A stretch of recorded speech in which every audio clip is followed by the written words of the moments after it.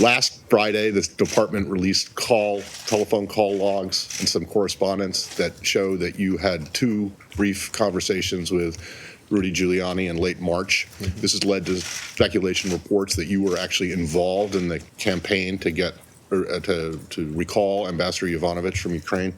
Wondering, did you discuss Ambassador Yovanovitch in those calls with Mayor Giuliani, and did the State Department then mislead or misinform Congress as to the circumstances of her departure in the 2 letters that were sent to Steny Hoyer and Eliot Engel? Thank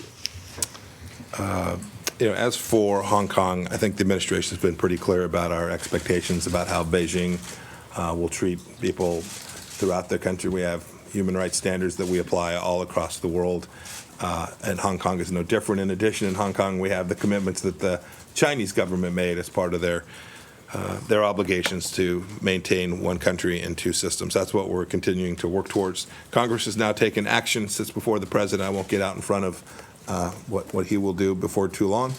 But suffice to say, I think the administration's policies have been pretty unambiguous in our support for the Chinese Communist Party's continued commitment to the promises that they made remains unwavering.